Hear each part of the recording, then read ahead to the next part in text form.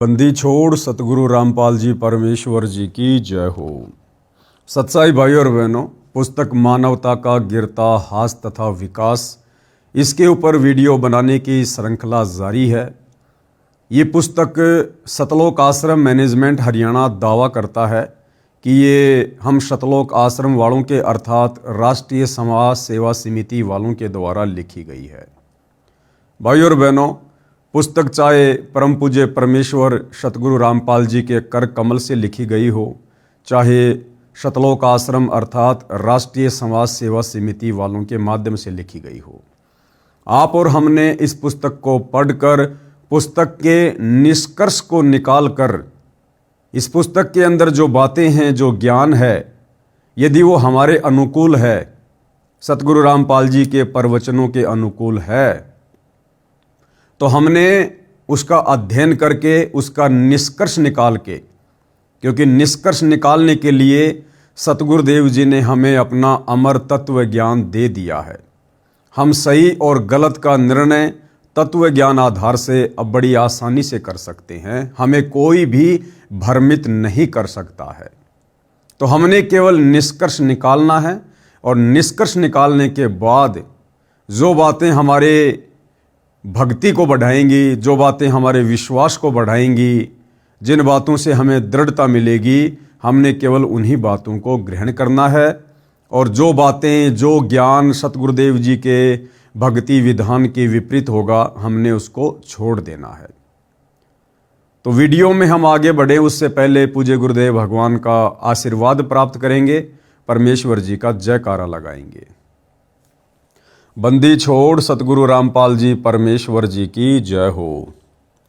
परम पिता परमात्मा, सारी सृष्टि के सर्जनहार, कुल मालिक, असंख्य ब्रह्मांडों के स्वामी, जगत गुरु, तीनों लोकों में प्रवेश करके सबका धारण पोषण करने वाले, राजाधीराज, आत्माधार, नाथों के नाथ, देवों के देव महादेव, सर्वेश्वर महेश्वर, मृत्युंजय, अजरो अमर, आदि अनादि सनातनी प्रभु, जगत पिता जगदीश्वर, श्री श्री 1008 की उपाधि के वास्तविक अधिकारी, अकाल मूरत शब्द स्वरूपी राम, वासुदेव, सर्वगतम ब्रह्म, परम पूज्य, प्रथम पूज्य, परम संत, परम पुरुष, परम धनी, परम दयालु, सत्य कबीर, हक्का कबीर, अल्लाहु कबीर, अल्लाहु अकबर, बाखबर, अल्लाह ताला, जगत के तारणहार, जगत के मुक्तिदाता, जगत के जगन्नाथ, हारे के सहारे, हिंदुओं के राम, मुसलमानों के अल्लाह, सिखों के वाहिगुरु, ईसाइयों के मसीह, दया के सागर दयानिधि, करुणा के सागर करुणानिधि,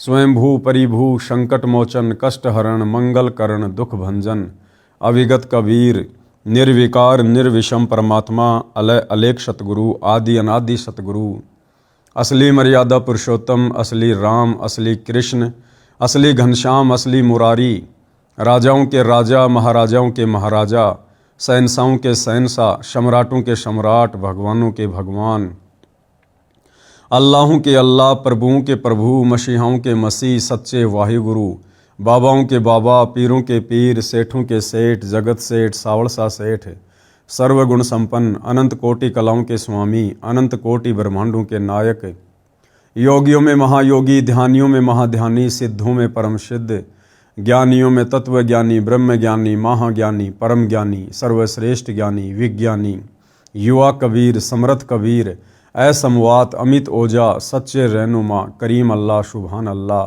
दुनिया के अंतिम पैगंबर, 8 सितंबर 1951 से गांव धनाना, जिला सोनीपत, हरियाणा, भारतवर्ष की पावन भूमि पे प्रकट रियल कल की भगवान श्री नारायण साकार हरि, श्री बाबा साहेब, नूर अनंत परमात्मा, सच्चे दरवेश, सच्चे बाखबर, संत शिरोमणि सतगुरु रामपाल जी परमेश्वर जी के चरण कमल में साध संगति से जुड़े हुए देश विदेश से आप और हम सभी सत्सेवक भाई बहनों का अनंत कोटि दंडवत प्रणाम।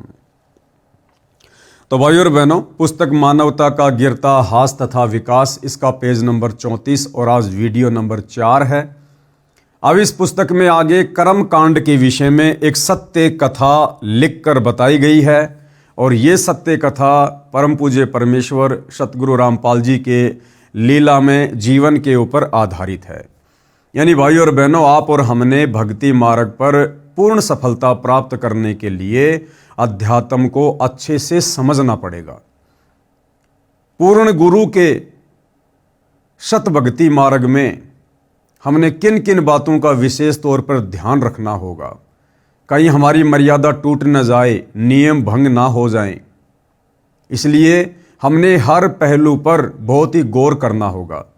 कर्म कांड क्या है, पाखंड पूजा क्या है, कौन कौन सी ओछी साधना और घटिया साधना सतगुरु की सतभक्ति के मार्ग में बाधक है, किन किन घटिया साधनाओं से हमने बचना है, इन तमाम बातों की जानकारी होना अति आवश्यक है। कर्म कांड के विषय में सत्य कथा। संत रामपाल जी महाराज सत्संग में बताते हैं कि मेरे पूज्य गुरुदेव स्वामी रामदेवानंद जी महाराज को 16 वर्ष की आयु में किसी महात्मा के सत्संग सुनने से वैराग्य हो गया था। यहां पर लेखक के द्वारा क्या लिखा गया है कि मेरे पूज्य गुरुदेव, मेरे पूज्य गुरुदेव। भाई और बहनों, सतगुरु रामपाल जी जो कि सारी सृष्टि के पूज्य देव हैं, पूज्य गुरुदेव हैं, इष्ट देव हैं, आराध्य देव हैं। इनका कोई पूज्य गुरु नहीं हो सकता, इनका कोई इष्ट देव नहीं हो सकता। ये परमात्मा स्वयं पृथ्वी पर एक मनुष्य के पुत्र की भांति प्रकट होकर लीला करते हुए अपने आध्यात्मिक ज्ञान को आप और हम तक पहुंचाते हैं। ये परमात्मा अपने आप को छुपाते हुए, एक दास की भूमिका करते हुए, एक भगत की भूमिका करते हुए, एक तत्वदर्शी संत की भूमिका करते हुए आप और हमें ये अनसुना ज्ञान समझाते हैं। अगर ये परमेश्वर स्वयं को कह दे कि मैं कबीर हूँ, मैं परमात्मा हूँ, मैं सबका पूज्य देव हूँ, सबका इष्ट देव हूँ, तो भाई और बहनों, हम नादान इनके सत्संग भी सुनना पसंद ना करें।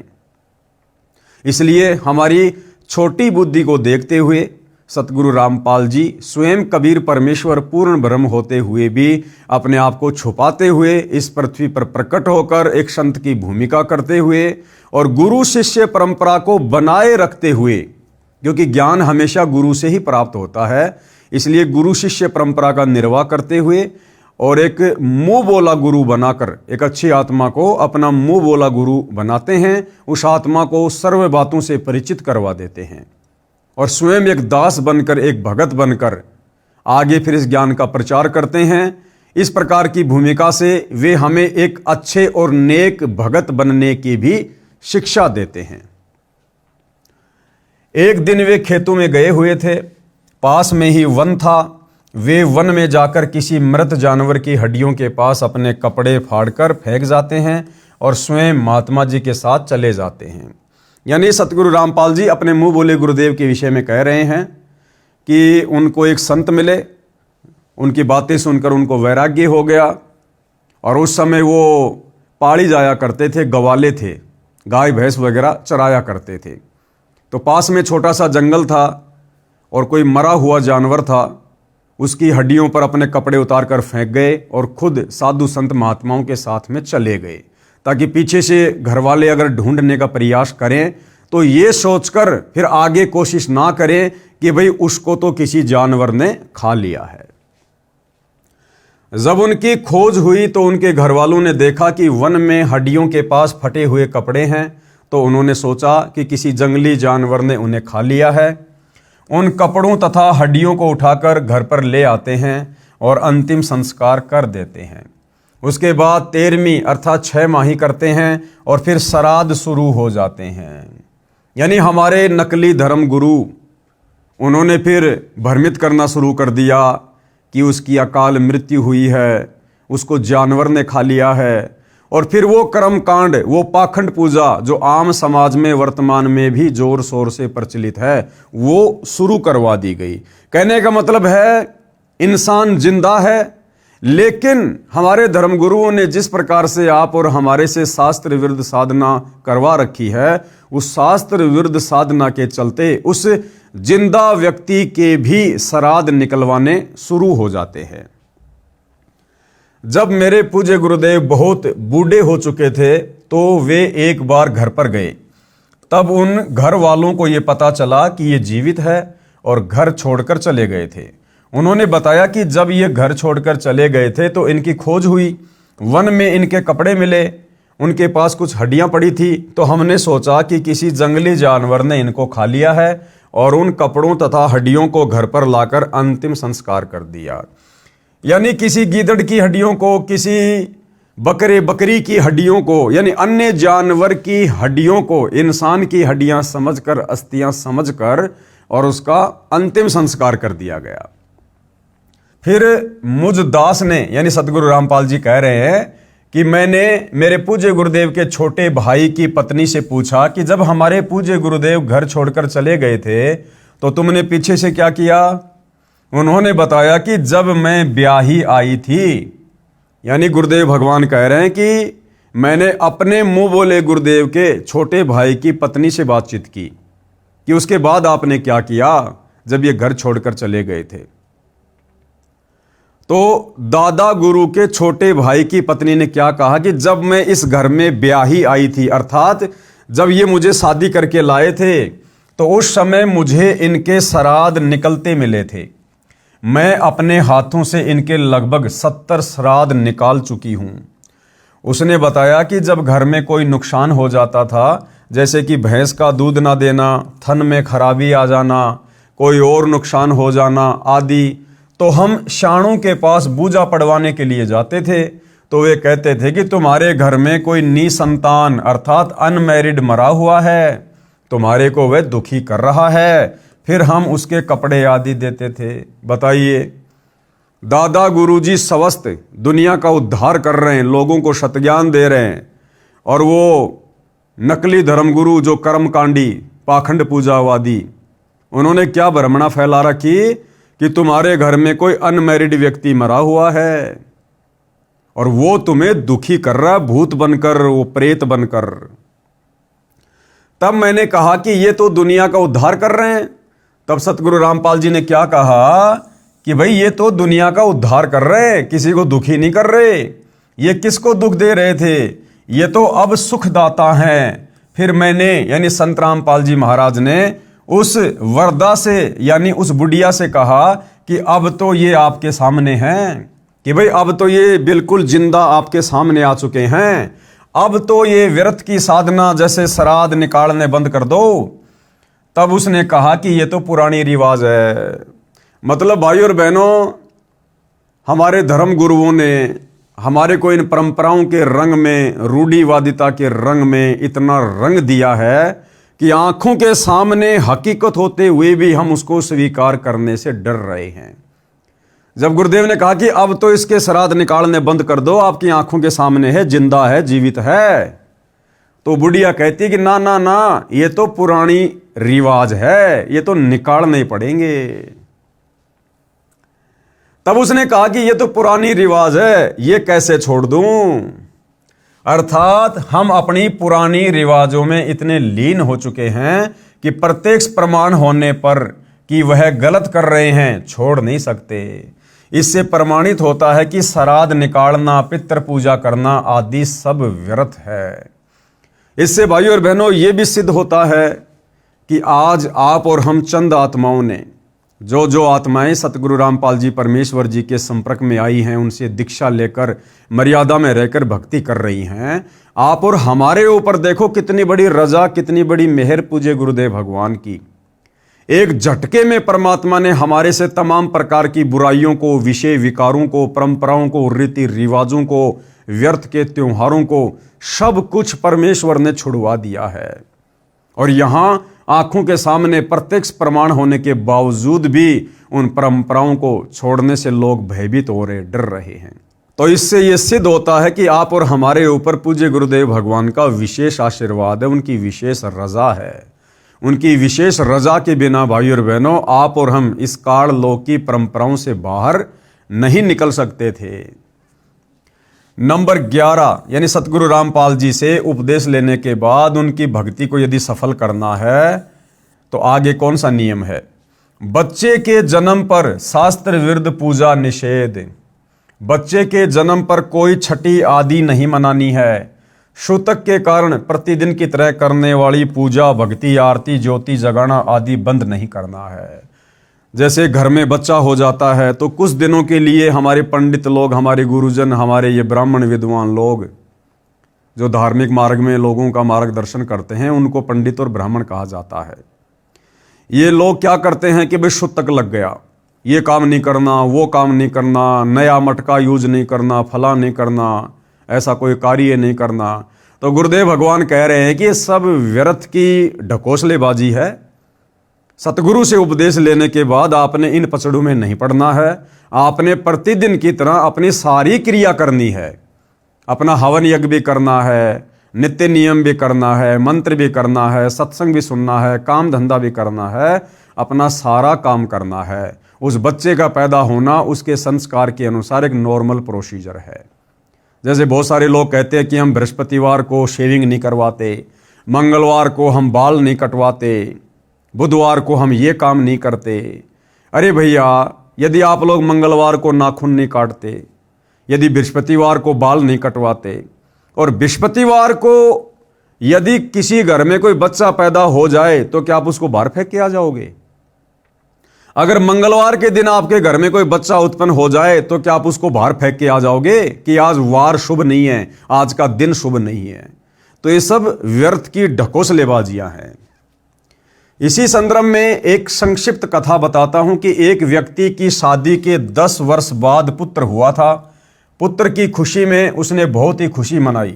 20-25 गांवों को भोजन के लिए आमंत्रित किया और बहुत ही गाना बजाना हुआ, अर्थात काफ़ी पैसा खर्च किया। फिर 1 वर्ष के बाद उस पुत्र का देहांत हो जाता है। फिर वही परिवार टक्कर मारकर रोता है और अपने दुर्भाग्य को कोसता है। इसलिए कबीर साहिब हमें बताते हैं कि कबीर, बेटा जाया खुशी हुई और बहुत बजाए थाल, ये तो आना जाना लग रहा ज्यों कीड़ी का नाड़। कि हे नादान प्राणी, बिना सच्चे सतगुरु की शरण के, बिना तत्व ज्ञान के, ये बेटा बेटी होने की खुशी में तू इतना पागल क्यों हो रहा है? ये तो कीड़ी के नाल की तरह है। जैसे कीड़ नगरा होता है जहाँ पर चींटियों के जो बिल होते हैं, वहाँ हम क्या देखते हैं? हजारों चींटियाँ जा रही हैं, हजारों चींटियाँ आ रही हैं। तो गुरुदेव कहते हैं कि तो आना जाना लगा हुआ है। दादा मर गया, घर में पोता आ गया, एक मर गया, दूसरे का जन्म हो गया। कि भैया, ये तो अपने अपने संस्कार को पूरा करने के लिए दुनिया आ रही है, जा रही है। तो किस बात पे खुश हो रहा है? आज घर में बेटा हो गया, पोता हो गया, बड़ी खुशी मनाई, डीजे बजाया, लोगों को भोजन करवाया, और उस बेटे का या पोते पोती का अगले क्षण का भरोसा नहीं, जिंदा रहेगा या मरेगा। आज खुशी मना रहा है, 10 दिन बाद उसकी किसी बीमारी से या अन्य कारणों से अगर उसकी डेथ हो गई, फिर वो पूरा परिवार चिल्ला चिल्ला कर बाल पाड़ पाड़ के रो रहा है। तो किस बात की खुशी, जब तुम्हें आगे का पता नहीं, तुम्हें पीछे का पता नहीं, कब तुम्हारे साथ में क्या घटना घटित हो जाए, फिर भी हम इस गंदे लोक में खुशियां मना रहे हैं। तो भाइयों और बहनों, ये हमारी अज्ञानता है, तत्व ज्ञानहीनता है। इसलिए सच्चे सतगुरु के सत्संग सुनने की जरूरत पड़ती है। सच्चा सतगुरु हमें भविष्य के दर्शन करवाता है अपने तत्व ज्ञान के माध्यम से। कबीर, पतझड़ आवत देख कर बन रोवे मनमाही, और ऊंची डाली पात थे अब पीले हो जाई। कबीर, पात झड़नता यूक है सुन भई तरवर राय, अब के बिछुड़े नहीं मिले न जाने कहाँ गिरेंगे जाए। कबीर तरवर कहता पात से सुनो पात एक बात, यहाँ की याही रीति है एक आवत एक जात। क्या समझाया है हमें गुरुदेव भगवान ने इन वाणियों के माध्यम से? कबीर, पतझड़ आवत देख कर बन रोवे मनमाही, यानी जब वो पतझड़ का समय आता है, यानी जब पेड़ से पत्ते नीचे गिरने का समय आता है, तो कहते हैं ये सारा का सारा नज़ारा देख कर, और वो जंगल, वो वन जिसके अंदर हजारों लाखों पेड़ हैं, जिनके पत्ते पीले हो के नीचे गिर रहे हैं, पतझड़ का समय आ गया। अब वो वन मन ही मन में रो रहा है और कह रहा भाई पतझड़ का समय आ गया, अब तो मेरे जितने भी पेड़ हैं इनके सारे पत्ते नीचे गिर जाएंगे। पतझड़ आवत देखकर बन रोवे मनमाही, ऊंची डाली पात थे अब पीले हो जाई। कि ये जंगल कितना हरा भरा था, हजारों पेड़ थे, इनके इतने पत्ते थे, और अब ये सब एक एक करके नीचे गिरते जा रहे हैं। इसी प्रकार गुरुदेव हमें उदाहरण दे रहे हैं कि घर में कोई बूढ़ा व्यक्ति है, कोई वृद्ध व्यक्ति है, और जब उसका समय निकट आता है, जब उसकी मृत्यु का दिन निकट आता है, तो वो सोचता है कि मैंने क्या किया पूरी जिंदगी में, अब समय आ गया, अब मुझे यहाँ से जाना पड़ेगा, ये पूरा परिवार मुझे छोड़कर जाना पड़ेगा, पोते पोतियाँ, बेटा बेटियाँ, उनकी बहुएं, ये सारी संपत्ति, खेत खलिहान, ये सब मुझे छोड़ के जाना पड़ेगा, यानी हरा भरा परिवार मुझे छोड़कर जाना पड़ेगा। कबीर पात झड़नता यूं कहें सुन भई तरवर राय, और अब के बिछुड़े नहीं मिले न जाने कहाँ गिरेंगे जाए। इसी प्रकार वो बूढ़ा आदमी कहता कि भैया अब तो समय आ गया यहाँ से जाने का, और ना जाने अब आगे किस योनि में जन्म होगा, किस माँ के गर्भ में जन्म लेंगे, कुतिया के गर्भ में लेंगे, गधी के गर्भ में लेंगे, या किसी इंसान के गर्भ में लेंगे, भाई अब कोई भरोसा नहीं है। जिस प्रकार पेड़ से पत्ता नीचे गिरने के बाद ना जाने उस पत्ते का क्या असर होगा, गंदी नाली में गिरेगा, सड़ के नष्ट होगा, या किसी पशु के पैर के नीचे आकर वो कुचला जाएगा। फिर आगे वो पेड़ क्या कहता है, तरवर कहता पात से सुनो पात एक बात।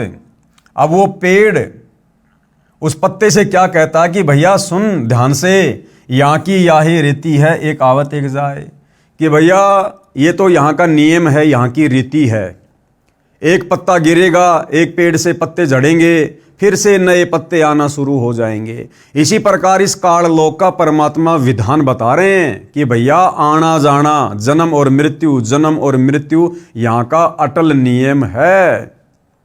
अगर इस अटल नियम से बचना चाहता है, बाहर निकलना चाहता है, तो केवल सच्चे सतगुरु की सत भक्ति ही एकमात्र विकल्प है, समाधान है, दूसरा कोई नहीं है। नियम नंबर 12, देई धाम पर बाल उतरवाने जाना निषेध है। बच्चे के किसी देई धाम पर बाल उतरवाने नहीं जाना है। जब देखो बाल बड़े हो गए, कटवा कर फेंक दो। एक मंदिर में देखा कि श्रद्धालु भगत अपने लड़के या लड़कियों के बाल उतरवाने आए। वहां पर उपस्थित नाई ने बाहर के रेट से 3 गुना पैसे ज्यादा लिए और एक कैंची भर बाल काटकर माता पिता को दे दिए। उन्होंने श्रद्धा से मंदिर में चढ़ाए, पुजारी ने एक थैले में डाल लिए, रात्रि को उठाकर दूर एकांत स्थान पर फेंक दिए। ये केवल नाटकबाजी है। क्यों ना पहले की तरह स्वाभाविक तरीके से बाल उतरवाते रहें तथा बाहर डाल दें। परमात्मा नाम से प्रसन्न होता है, यानी सच्चे सतगुरु से हमें सुमरण करने के लिए जो मंत्र मिलता है, जो नाम मिलता है, उसकी भक्ति से परमात्मा प्रसन्न होता है। ये इस प्रकार की नाटकबाजी से परमात्मा प्रसन्न नहीं होता, पाखंड से प्रसन्न नहीं होता। नियम नंबर 13, नाम जाप से सुख होगा। नाम उपदेश को केवल दुख निवारण की दृष्टिकोण से नहीं लेना चाहिए, बल्कि आत्म कल्याण के लिए लेना चाहिए। सच्चे सतगुरु का ज्ञान समझने के बाद उनसे उपदेश केवल सांसारिक दुखों के निवारण की दृष्टि से नहीं लेना चाहिए। मुख्य मकसद भगत का होना चाहिए कि हे भगवान, मेरा जन्म मरण से पीछा छूटे, लख 84 योनियों की पीड़ाओं से मेरा पीछा छूटे, नरक के दंड से मेरा पीछा छूटे।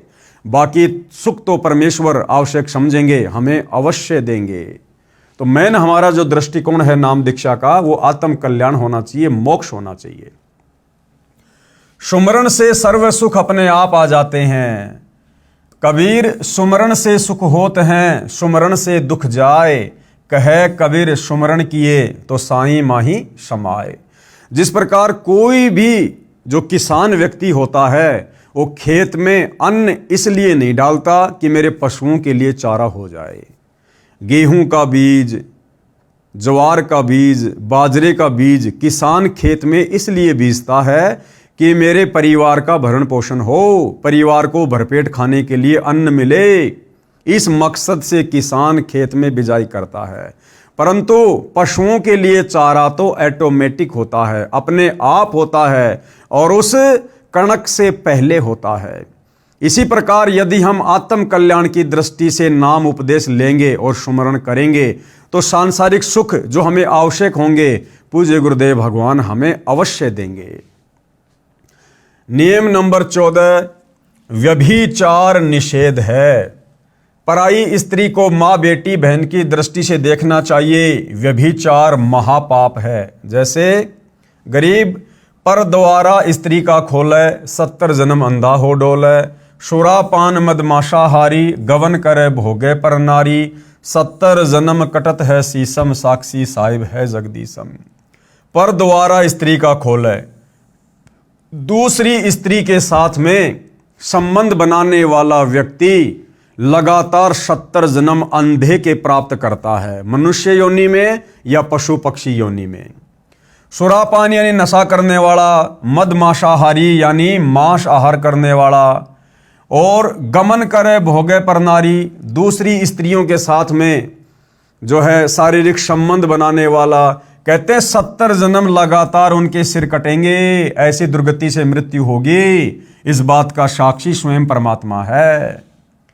पर नारी ना परसियो, कबीर परमेश्वर कहते हैं कि दूसरी स्त्री के साथ में कभी भूलकर भी शारीरिक संबंध ना बनाना।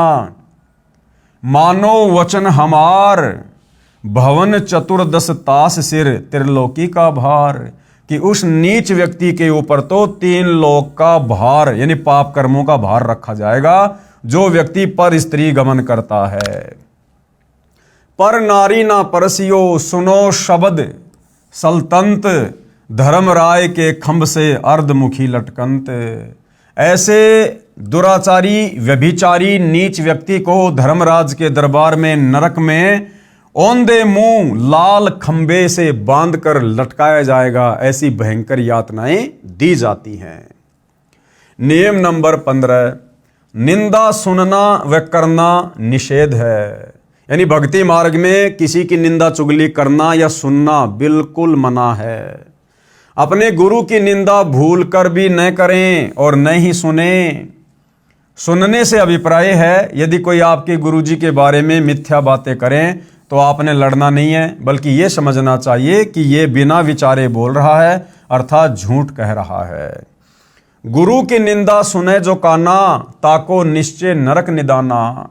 और अपने मुख निंदा जो कर ही, सुकर श्वान गर्भ में पड़ी। यानी जो व्यक्ति अपने गुरु की निंदा सुनता है, जैसे कोई हमारे पूज्य गुरुदेव भगवान के बारे में उल्टी सीधी बातें करें। अब भाइयों और बहनों, आप और हमें तो अपने भगवान के बारे में अच्छे से पता है, लेकिन जो अनजान व्यक्ति हैं, नादान व्यक्ति हैं, काल प्रेरित हैं, वो तो किसी भी महापुरुष के विषय में कुछ भी ऊट पटांग बातें कर सकते हैं। जैसे कोई गुरुदेव भगवान के गांव के आसपास का हो, उनकी रिश्तेदारियों का कोई व्यक्ति हो जो उनसे ईर्ष्या करता हो, कभी हमसे टकरा जाए, ना जाने क्या क्या बातें कहेगा। अरे मैं अच्छे से जानता हूँ तुम्हारे गुरु को, रामपाल को, हाँ हमारा खेत और उनका खेत बिल्कुल आसपास है। पहले जेई की नौकरी करता था, फलाना दिखना। अरे मेरे साथ में बैठ के बीड़ी पिया करता था, उल्टी सीधी बातें करते थे, हम ताश खेला करते थे, ये था वो था, लड़कियों पर उल्टी सीधी नजरें रखा करते थे हम दोनों। अरे मेरे साथ में पढ़ा करता था तेरा गुरु, मैं जानता हूं कितना का अच्छा है। तो भाइयों और बहनों, ये काल चाहेगा कि हमारे मन में गुरुजी के प्रति कोई शंका पैदा हो जाए, कोई विक्षेप पैदा हो जाए। तो आप और हमने भूलकर भी किसी भी व्यक्ति के मुख से अपने गुरु के विषय में निंदात्मक बातें सुनकर विक्षेप पैदा नहीं करना है। इसीलिए गुरुदेव भगवान कहते हैं कि बच्चों जल्दबाजी मत करो, नाम दीक्षा लेने से पहले अच्छे से सत्संग सुनो, पुस्तकें पढ़ो, यूट्यूब पर सत्संग सुनो, टीवी चैनल पर सुनो। 100 प्रकार की अगर तुम्हारे मन में कोई शंकाएं हैं उनका निवारण करवा लो, उसके बाद में नाम उपदेश लो। एक बार उपदेश लेने के बाद यदि तुम्हारे गुरु के प्रति तुम्हारे मन में कोई विक्षेप पैदा हो गया तो उसी समय हमारी बनी बनाई भक्ति का सत्यानाश हो जाएगा। तो भाइयों और बहनों, सच्चे सतगुरु की पहचान करने के बाद, उनके ज्ञान को अच्छे से समझने के बाद, उनसे उपदेश लेने के बाद हमने दुनिया वालों की तरफ से आंख नाक कान बंद कर लेने हैं। अब दुनिया क्या कहेगी, क्या सोचेगी, वो जाने, उनका काम जाने। हमें गुरुदेव भगवान ने शास्त्रों से प्रमाणित करके जो सत भक्ति दे दी, जो नियम मर्यादा बता दी, हमने केवल उन बातों के ऊपर फोकस करना है। इसके अलावा ये काल तो ना जाने कैसे कैसे हमारे कर्म फुड़वाने के लिए प्रयत्न करेगा। तो हमने भूलकर भी अपने गुरुदेव भगवान की निंदा नहीं सुननी है। और मान लो कहीं कोई ऐसी विकट परिस्थिति पैदा हो गई, हम किसी बस में बैठे हैं, ट्रेन में बैठे हैं, या किसी ऐसी जगह बैठे हैं जहां हम उठ के नहीं जा सकते, और कोई व्यक्ति हमारे गुरुदेव की निंदा कर रहा है, चुगली कर रहा है, गालियां निकाल रहा है, उल्टा सीधा बोल रहा है, ना जाने क्या क्या उठपटांग, और हमारी ऐसी मजबूरी, हम उठकर नहीं जा सकते, अब बस में बैठे हैं, बताओ चलती बस में थोड़ा ना नीचे कूदेंगे। तो हमने उन व्यक्तियों की बातों पर ध्यान नहीं देना, वो जो मर्जी बोलता रहे, हमने यकीन नहीं करना उसकी बातों पर कि ये जो कह रहा है बिल्कुल बातें सही हैं। हमने यही सोचना है, हमने यही समझना है, क्योंकि हम अपने गुरुदेव से परिचित हैं, उनके आचार विचार व्यवहार से परिचित हैं, उनके सत्संगों से परिचित हैं।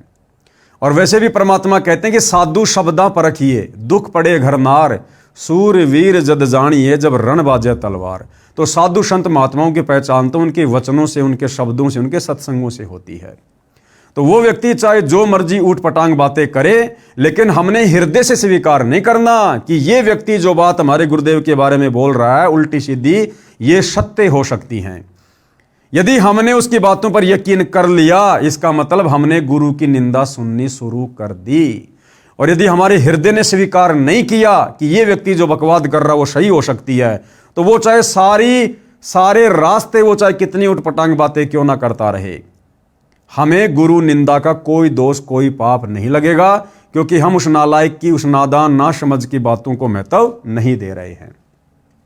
और अपने मुख निंदा जो करही, शुक्र स्वान गर्भ में पढ़ी, और जो नाम उपदेश लेने के बाद अपने मुंह से अपने गुरुजी की निंदा करता है काल प्रेरणा से, कहते हैं वो तो सीधा लक 84 योनि में जाता है, गधे कुत्ते शुअर की योनियों को प्राप्त करता है, उसका कोई ठिकाना नहीं होगा। फिर निंदा तो किसी की भी नहीं करनी है और ना ही सुननी है, चाहे वह आम व्यक्ति ही क्यों ना हो। कबीर साहिब कहते हैं, तिनका कभू ना निंदिए जो पांव तले होय, कभू ऊंट आखन पड़े पीर घनेरी होय। निंदा के विषय में गुरुदेव क्या कह रहे हैं कि भाई निंदा तो हमने किसी की भी नहीं करनी है, आम व्यक्ति की भी नहीं करनी है। ये भक्तों का काम नहीं होता है। भक्तों का काम होता है भक्ति करना, बाकी अपना काम धंधा करना। फालतू के लोगों के पास में उठना बैठना, गप्पे मारना, गपशप करना, ये भक्तों का काम नहीं होता है। तो निंदा तो हमने आम व्यक्ति की भी नहीं करनी। जैसे गांव का कोई व्यक्ति जबरदस्ती हमें बैठा ले और फिर वो व्यक्ति किसी और की निंदा करने लग जाए और हमसे झूठी हाँ भरवाए, तो हमने ऐसे व्यक्तियों के पास बैठना ही नहीं है। उनके पास बैठने से हमारा समय बर्बाद होगा, हमारी सांसें बर्बाद होंगी और कहीं ना कहीं हम गलती कर बैठेंगे। इसलिए आवश्यक काम हो अपना काम करो, तुरंत वहां से उठते चल बनो। उसके पास बैठने का व्यर्थ में कोई काम नहीं है। गुरुदेव अपनी वाणी में कहते हैं कि भाई दुनिया सेती दोस्ती पड़े भजन में भंग, भाई एका एकी राम से या साधु के संग। व्यर्थ में गांव वालों के पास में, यार दोस्तों के पास में बिल्कुल नहीं बैठना चाहिए। वैसे तो भक्ति मार्ग में आने के बाद भगत का कोई यार दोस्त होता ही नहीं है। इस भक्ति मार्ग में हमारा सबसे बड़ा यार, हमारा दोस्त, हमारा मित्र, हमारा गुरु है। क्योंकि गुरु कभी भी हमें सत्य भक्ति मार्ग से नहीं भटकाएगा। गुरु कभी भी हमें कुमार्ग पर जाने की शिक्षा नहीं देगा। सांसारिक यार दोस्त रिश्तेदार हमें लाख कुशिक्षा दे देंगे कुमार्ग पर चलने की, लेकिन सतगुरु हमेशा सद्मार्ग पर चलने की ही शिक्षा देगा। तो हमारा सबसे बड़ा जो मित्र है, मित्र का मतलब क्या होता है? जो हमें सही शिक्षा दे।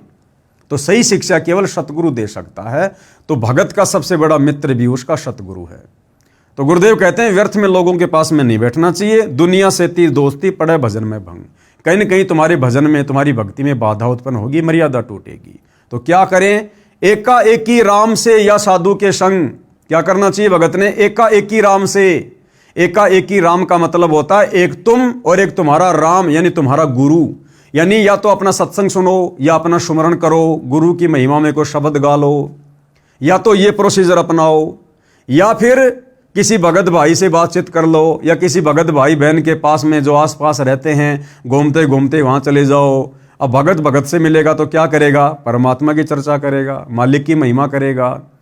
तो इस प्रकार से भक्ति मार्ग पर हम गलतियां करने से, मर्यादाएं खंड करने से बच सकते हैं। दूसरा कोई तरीका नहीं है। तो गुरुदेव कहते हैं कि निंदा तो भगत ने जो है वो तिनके की भी नहीं करनी है। तिनका, घास का तिनका, सूखा तिनका नीचे पड़ा हुआ है। एक उदाहरण दे रहे हैं परमात्मा कि निंदा तो हमने उस निर्जीव वस्तु की भी नहीं करनी। तिनका कभू न निंदिए जो पांव तले होए, कब ओठ आंखों में गिरे फिर दर्द घनेरा होए। वो तिनका जिसकी आपने निंदा कर दी, ना जाने कब हवा के झोंके से ऊपर उठकर तेरी आंख में गिर जाए, बहुत ज्यादा पीड़ा हो जाएगी। तो जीते जागते इंसान की निंदा चुगली फिर कितनी हानिकारक होगी, ये विचार करने की बात है।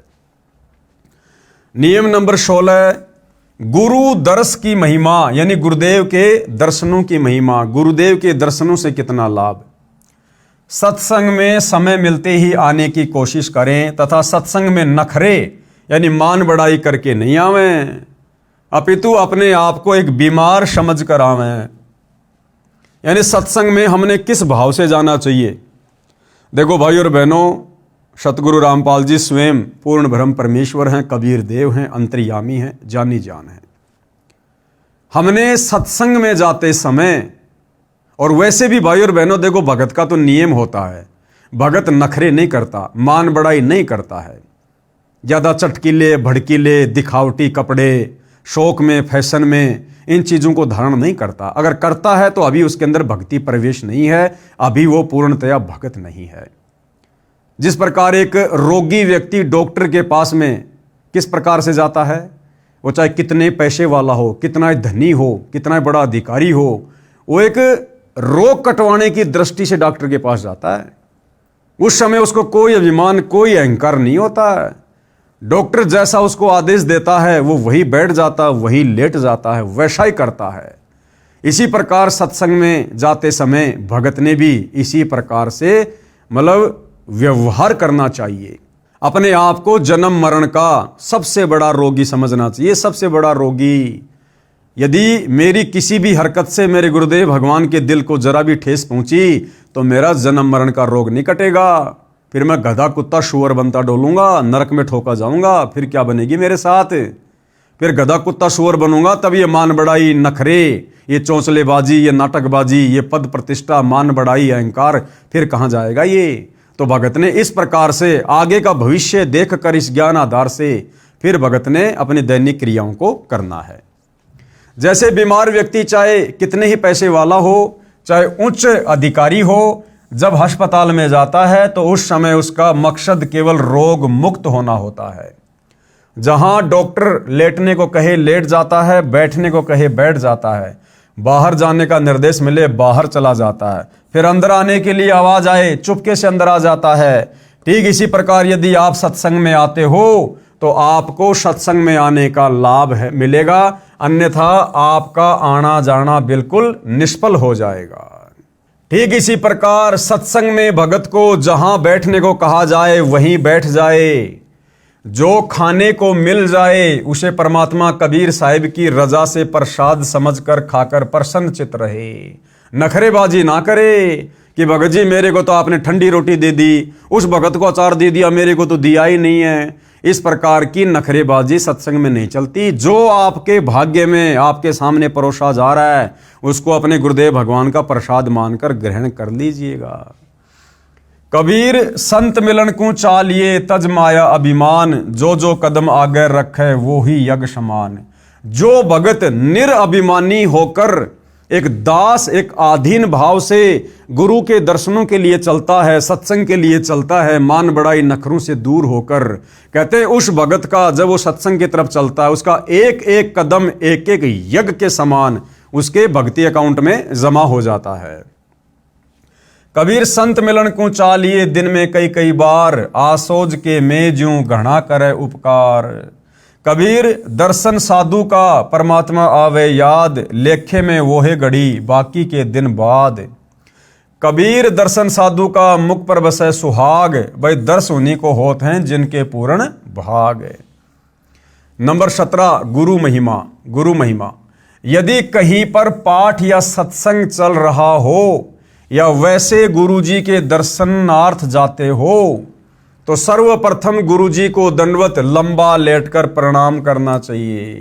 देखो भाई और बहनों, कितनी बढ़िया शिक्षा हमें पॉइंट नंबर 17 से मिल रही है।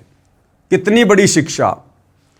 यदि कहीं पर पाठ या सत्संग चल रहा हो या वैसे गुरु जी के दर्शन करने के लिए जाते हो तो सबसे पहले भगत ने क्या करना चाहिए?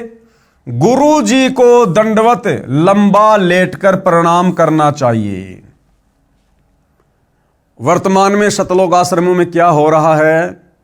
भगत आश्रम में जा रहे हैं, सत्संग में जा रहे हैं, सामने गरीबदास जी की फोटो है, दादा गुरु जी की फोटो है, दाढ़ी मूंछ वाले कबीर की फोटो है, और भगत क्या करते हैं? सबसे पहले जाकर किसी भी फोटो को दंडवत प्रणाम कर देते हैं।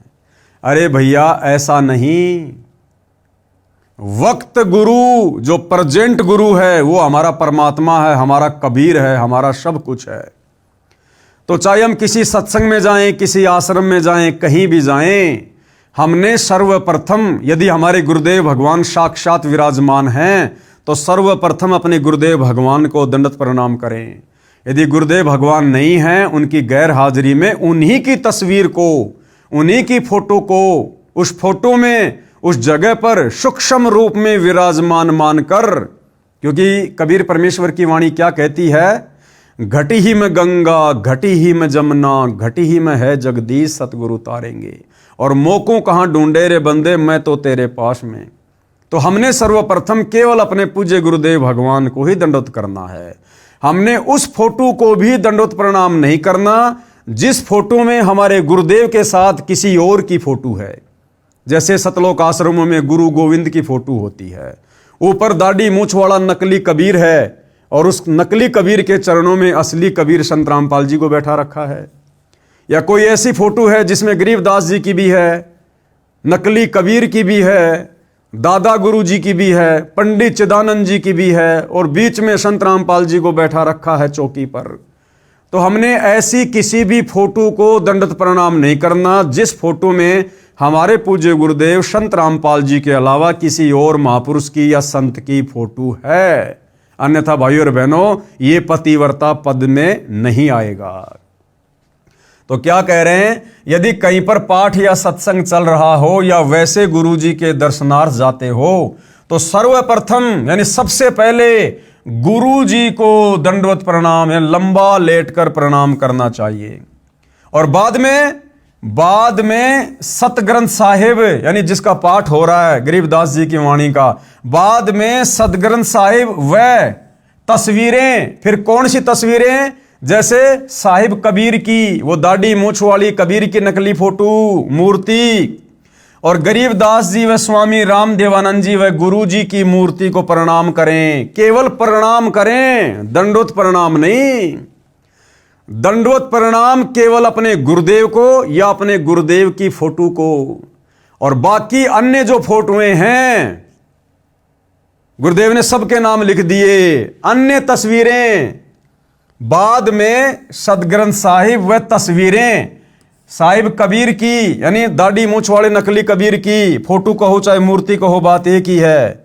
और गरीबदास जी की फोटो व स्वामी राम देवानंद जी व गुरु जी की मूर्ति को केवल प्रणाम करें। क्या करें? केवल प्रणाम, जिससे सिर्फ भावना बनी रहेगी।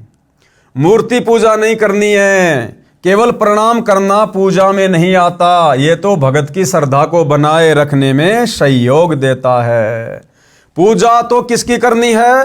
पूजा तो वक्त गुरु। अब वक्त गुरु कौन है भाई? वर्तमान में वक्त गुरु कौन है? सतगुरु रामपाल जी हैं वक्त गुरु वर्तमान में। तो पूजा भगत ने किसकी करनी है? केवल अपने गुरु की, अपने गुरु को अपना इष्ट मानकर, अपना भगवान मानकर। पूजा तो वक्त गुरु व नाम मंत्र की करनी है, यानी जो दीक्षा गुरुदेव भगवान देंगे उसका फिर मर्यादा में रह के डट के सुमर करना है, जो पार लगाएगा।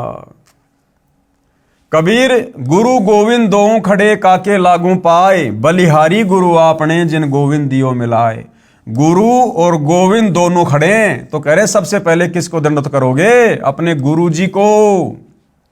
कबीर गुरु बड़े हैं गोविंद से। गुरु को गोविंद यानी भगवान से भी बड़ा बताया गया है, क्योंकि असल में गोविंद ही गुरु का रूप धारण करके पृथ्वी पर आते हैं।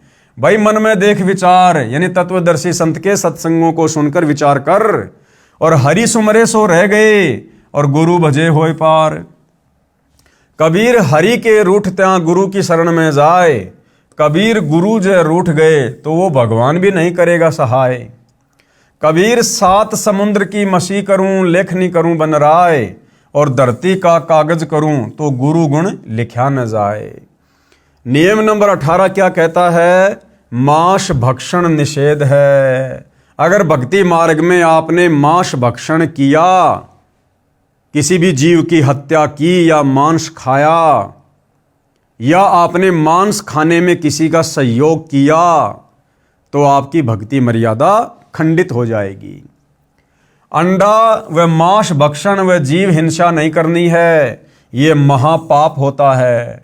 जैसे साहिब कबीर जी महाराज व गरीबदास जी महाराज ने बताया है, कबीर जीव हने हिंसा करे, यानी जो जीव खाता है या जीवों को मारता है, प्रकट पाप सिर होए, निगम पुनि ऐसे पाप ते भिस्त गया ना कोई। ऐसा नीच कुकर्म करके आज तक कोई भी भिस्त यानी स्वर्ग में नहीं गया। कबीर तिल भर मछली खाए के और कोटि गऊ दे दान, काशी करोत ले मरे तो भी नरक निदान। यानी मांस खाने का कितना बड़ा महापाप है। तिल जितना मांस का टुकड़ा खा लिया और चाहे 1 करोड़ गाय दान कर दो तो भी आपका वो मांस खाने का पाप नहीं उतरेगा। कबीर बकरी पाती खात है ताकि काडी खाल, और जो बकरी को खाते हैं तिनका कौन हवाल। क्या कह रहे हैं परमात्मा कि बकरी तो एक शाकाहारी जानवर है, वो बेचारी घास फूस खाती है बकरी, और जो व्यक्ति उस बकरी की खाल उतारता है अर्थात उसको खाता है, तो सोचो फिर उस व्यक्ति का क्या हाल होगा। अरे वो शाकाहारी जानवर बकरी जो किसी को कोई कष्ट नहीं देती है, केवल घास फूस खा के अपना पेट भरती है, उस शाकाहारी जानवर को खाने वाले के साथ में क्या होगा। जब उस बकरी की भी ऐसी दुर्गति हो रही है तो बकरी को खाने वाले की क्या दुर्गति होगी। कबीर गला काट कलमा भरे, किया कहे हलाल, साहब लेखा मांगसी तब होसी कौन हवाल। कबीर दिन को रोजा रहत है, रात हनत है गाय, यह खून वह बंदगी, कब कहूं क्यों खुशी खुदाए। कबीरा तेई पीर है जो जाने पर पीर, जो पर पीर न जान है तो काफिर बेपीर। कबीर खूब खाना है खिचड़ी, माही परी टुकलोन, मांस पराया खाए के गला कटावे कौन। कबीर मुसलमान मारे करद सो हिंदू मारे तलवार, कहें कबीर दोनों मिलें जे यम के द्वार। कबीर मांस आहारी मानव प्रत्येष राक्षस जान, ताकि संगति मति हरे होई भक्ति में हान।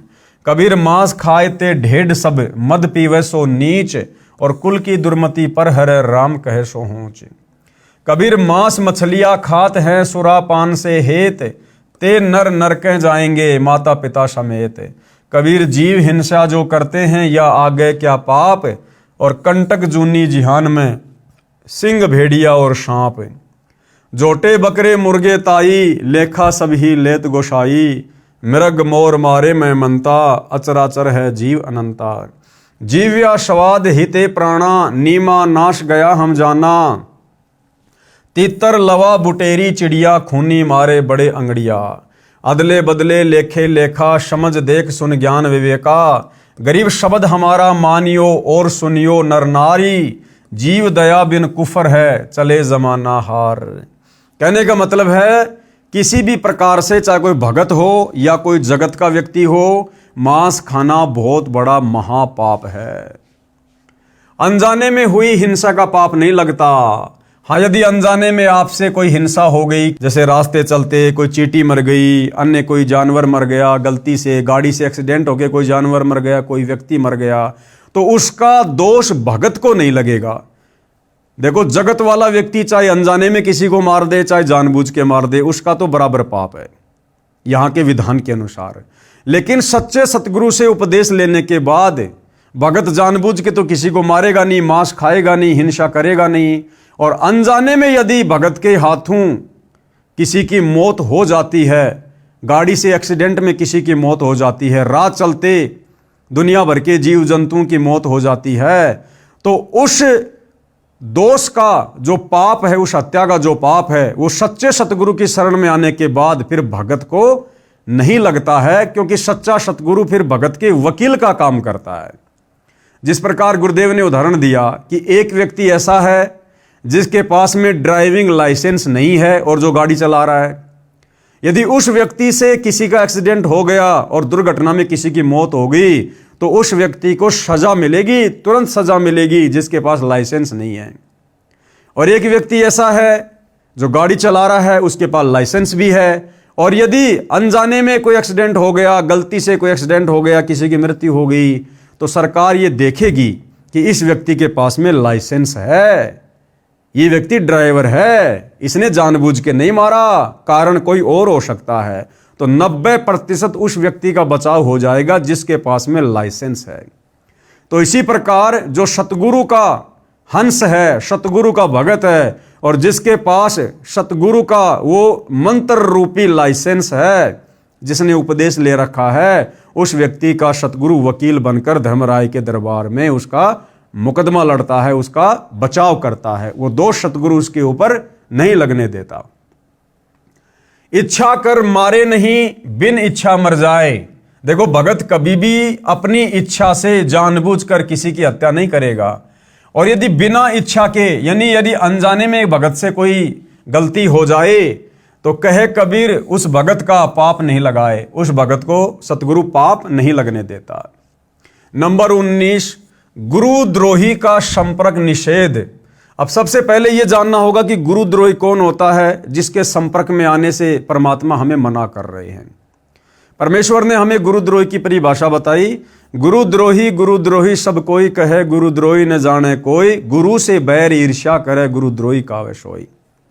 कौन कौन व्यक्ति गुरुद्रोही की श्रेणी में आते हैं? जो व्यक्ति आपके गुरु की निंदा करता है, चुगली करता है, गालियां निकालता है, विरोध करता है, जो गुरु की भक्ति नहीं करता, या भक्ति करता था लेकिन भक्ति छोड़ दी, उसके बाद गुरु का विरोधी बन गया, या गुरु के ज्ञान के विरुद्ध खुद भी चल रहा है, दूसरे भक्तों को भी चला रहा है, मर्यादा तोड़वा रहा है, ऐसा व्यक्ति भगत होने के बावजूद भी गुरुद्रोही की श्रेणी में आता है।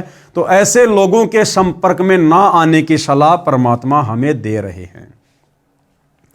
यदि कोई भगत गुरु जी से द्रोह यानी गुरु से विमुख हो जाता है, वह महापाप का भागी हो जाता है। यदि किसी को मार्ग अच्छा ना लगे तो अपना गुरु बदल सकता है। यदि वह पहले वाले गुरु के साथ बैर व निंदा करता है तो वह गुरुद्रोही कहलाता है। ऐसे व्यक्ति से भक्ति चर्चा करने में उपदेशी को दोष लगता है, उसकी भक्ति समाप्त हो जाती है। अब समस्या आएगी भाई, यदि घर में कोई गुरुद्रोही हो गया, तो जैसे घर में 5 सदस्यों ने नाम ले रखा है और एक व्यक्ति गुरुद्रोही हो गया, तो गुरुदेव की इस वाणी के अनुसार क्या हम उसके संपर्क में ना रहें? क्या हम उसकी कोई भी बात ना माने? ऐसा नहीं कहा परमात्मा ने। भक्ति मार्ग से संबंधित यदि वो कोई चर्चा करता है तो उसकी बातें नहीं सुननी है, क्योंकि गुरुद्रोही क्या चर्चा करेगा? गुरु जी के बारे में उल्टा सीधा बोलेगा, निंदा चुगली करेगा। तो हमने उनकी उन बातों को नहीं सुनना है, हमें हाँ नहीं भरनी है। बाकी घर का कोई काम है, खेती बाड़ी का काम है, बच्चों से संबंधित कोई काम है, और कोई सलाह वगैरह लेना है, तो उस गुरुद्रोही व्यक्ति से घर का सदस्य होने के नाते हम परामर्श भी लेंगे, सलाह मशवरा भी हम करेंगे, और घर गृहस्थी से संबंधित कोई बात मानने योग्य होगी, हम उसकी बात को मानेंगे भी। लेकिन भक्ति मार्ग में यदि वो कोई उटपटांग बात करेगा तो हमने बिल्कुल भी उससे संपर्क नहीं करना। संपर्क करने का मतलब है उसकी बातों को सुनना नहीं है, अनदेखा कर देना है। अपना कोई काम धंधा करने लग जाओ, वो भोगता रहेगा, बड़बड़ करता रहेगा। गरीब गुरुद्रोही की पैड़ पर जे पग आवे बीर। पैड़ का मतलब है उसकी यश में यश करना। और 84 निश्चय पड़े सतगुरु कहे कबीर। कबीर जान बूझ सांची तजे करे, झूठ से ने जाकी संगत है प्रभु, शौपन में भी ना दे। अर्थात गुरुद्रोही के पास जाने वाला भक्ति रहित होकर नरक व लक 84 जूनियों में चला जाता है। गुरुद्रोही के पास जाने का मतलब है गुरुद्रोही की बातों में यश करने वाला।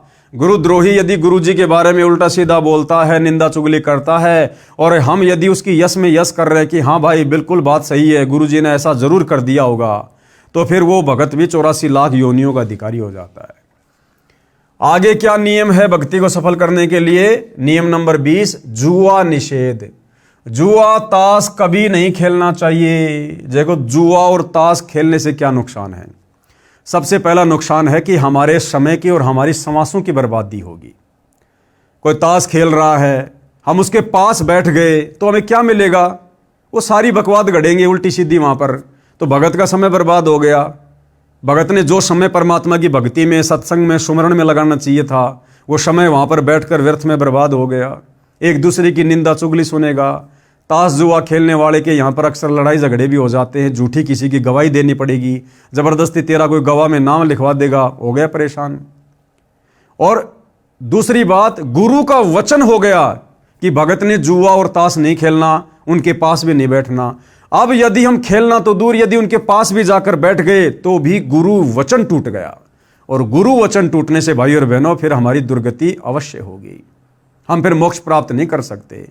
दूसरा, एक जुए के खेल ने महाभारत का युद्ध करवा दिया, सर्वनाश करवा दिया कौरवों का और पांडवों का। 18 करोड़ सेना मरवा दी एक जुए ने।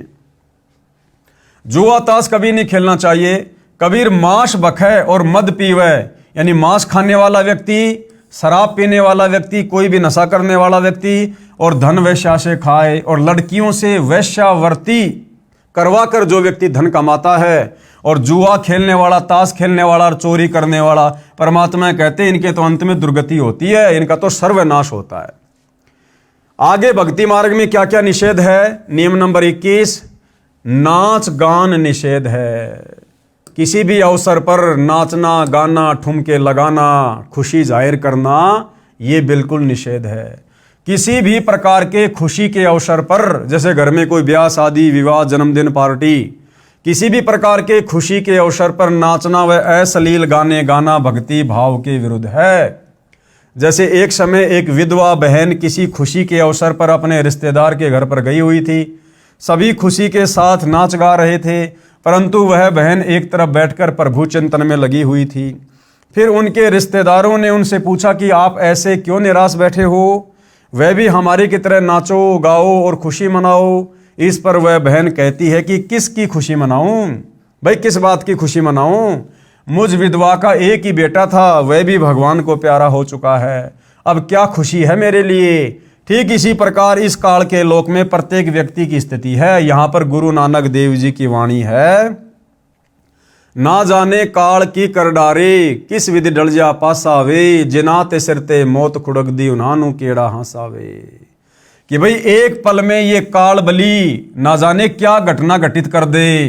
पूरा का पूरा परिवार जो किसी मंदिर में, मस्जिद में, किसी धार्मिक स्थान पर या ब्याह शादी में गाड़ी में बैठकर डीजे बजाते हुए, फिल्मी गानों का आनंद लेते हुए, इधर उधर की बातें करते हुए जा रहे हैं, अचानक से गाड़ी एक्सीडेंट हो जाए, गाड़ी किसी गहरी खाई में गिर जाए, किसी नदी नाले में गिर जाए, पूरा का पूरा परिवार मर जाए या कुछ सदस्य मर जाएं। अब बताओ किस बात की खुशी मना रहे थे? भविष्य का एक सेकंड का पता नहीं क्या हमारे साथ में क्या घटित हो जाए, और इस गंदे लोक में हम खुशी मना रहे हैं। तो भाई आंखें खुलेंगी गुरु के सत्संग सुनने से, गुरु के वचन सुनने से। बाकी तो पूरी दुनिया काल की गोद में बैठी है, अंधी होके चल रही है। तो आदरणीय नानक जी कहते कि ना जाने काल की कर डारे, ये काल ना जाने अचानक से क्या कर दे, किस विधि डल जा पासावे, न जाने कौन सी तरफ पासा पलटी खा जाए। और जिनादे सिरते मौत खुड़क दी, जिस आदमी के सिर के ऊपर कच्चे धागे से तलवार बांध के लटका रखी हो, वो आदमी कैसे हंसी खुशी मना सकता है जिसको पल पल अपनी मौत दिखाई दे रही हो। फिर सच्ची खुशी क्या है? क्या बताया नानक जी ने? साध मिले साड़ी शादी होंदी। जब कोई भगत संत मिलता है, कोई गुरु भाई बहन मिलते हैं या सतगुरु के सत्संगों में जाते हैं, तब भगत को असली खुशी होती है। और वो खुशी भगत कोई बाहर जाहिर नहीं करता, ढोल बाजे बजा के जाहिर नहीं करता, नाच के जाहिर नहीं करता। अंदर ही अंदर मन ही मन में एक लहर उठती है, खुशी होती है कि आज मेरा भगत भाई आ गया, आज परमात्मा का सत्संग है, आज साथ संगति है, आज गुरुदेव को भोग लगाएंगे, मालिक की महिमा करेंगे, आज गुरुदेव के दर्शन करेंगे। वो मन ही मन में भगत अपनी खुशी जाहिर करता है। नाच गा के, ठुमके लगा के बाहर भगत कभी खुशी जाहिर नहीं करता। तो कहते साध मिले साड़ी शादी होंदी, और बिछुड़ जा दिलगिरी वे। और जैसे ही वो संत भगत दूर होते हैं, फिर से मन मायूस हो जाता है। अख दे नानक सुनो जिहाना, मुश्किल हाल फकीरिए। कि भाई भगत की राह, भक्ति की राह बड़ी कठिन है। कबीर साहिब जी महाराज भी कहते हैं, कबीर झूठे सुख को सुख है, मान रहा मन मोद, शकल चबी ना काल का, कुछ मुख में कुछ गोद। कि भाई इस काल लोक के झूठे सुखों को तो सुख मान रहा है। आज किसी के घर में बेटा उत्पन्न हो गया, पोता उत्पन्न हो गया, खुशी में नाच रहा, गा रहा, डीजे बजा रहा, झूठी खुशी मना रहा है। 4 दिन बाद हॉस्पिटल में बेटा मर गया, पोता मर गया, अब वो सारी की सारी खुशी गायब हो गई। तो परमात्मा कहते हैं इस काल के लोक में नादानो, किस बात की खुशी मना रहे हो तुम? कबीर झूठे सुख को सुख है, मान रहा मन मोद, सकल चबी ना काल का, कुछ मुख में कुछ गोद। कबीर बेटा जाया खुशी हुई बहुत बजाए थाल। अरे ये तो आवन जाना लग रहा ज्यों कीड़ी का नाल। विशेष आगे गुरुदेव क्या कह रहे हैं, स्त्री तथा पुरुष दोनों ही परमात्मा प्राप्ति के अधिकारी हैं। स्त्री और पुरुष दोनों को ही मनुष्य शरीरधारी, मानव शरीरधारी प्राणी कहा जाता है। ये दोनों ही मोक्ष प्राप्ति के अधिकारी हैं। स्त्रियों को मासिक धर्म के दिनों में भी अपनी दैनिक पूजा, ज्योति लगाना आदि बंद नहीं करना चाहिए। ना ही किसी के देहांत या जन्म पर भी दैनिक पूजा कर्म बंद नहीं करना। माता बहनों को हर महीने जो मासिक धर्म होता है, उस मासिक धर्म के समय भी अपनी भक्ति को, पूजा पाठ को या जैसे ज्योति लगाना है, इन क्रियाओं को बंद नहीं करना है। इन नकली धर्म गुरुओं ने, पाखंडी धर्म गुरुओं ने ज्ञानहीनता के चलते स्त्रियों को पुरुषों से हे समझ लिया। जिस समय माता बहनों को मासिक धर्म होता है तो हमारे नादान धर्म गुरुओं ने ये कहकर, तरह तरह की बातें कहकर कि मासिक धर्म के समय स्त्रियां खाना नहीं बना सकती हैं, नए कपड़े नहीं पहन सकती हैं, पूजा पाठ नहीं कर सकती हैं, भगवान को भोग नहीं लगा सकती हैं। ये दुनिया भर का पाखंड और आडंबर फैला रखा था। अब गुरुदेव भगवान ने आकर हमें सत भक्ति से परिचित करवाया है, पाखंड की दुनिया से बाहर निकाला है।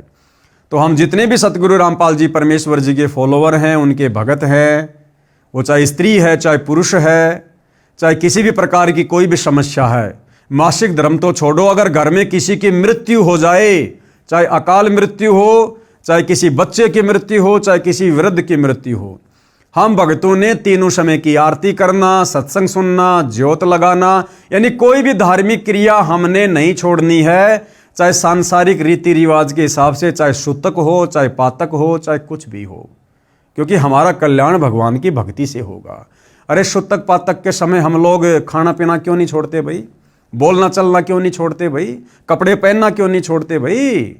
ये सूतक पातक के समय भक्ति क्यों छोड़ रहे हैं? क्योंकि ये काल का षड्यंत्र है, काल का जाल है, और हमने काल के अनुसार नहीं, काल के बाप अकाल सतगुरु रामपाल जी के अनुसार चलना है।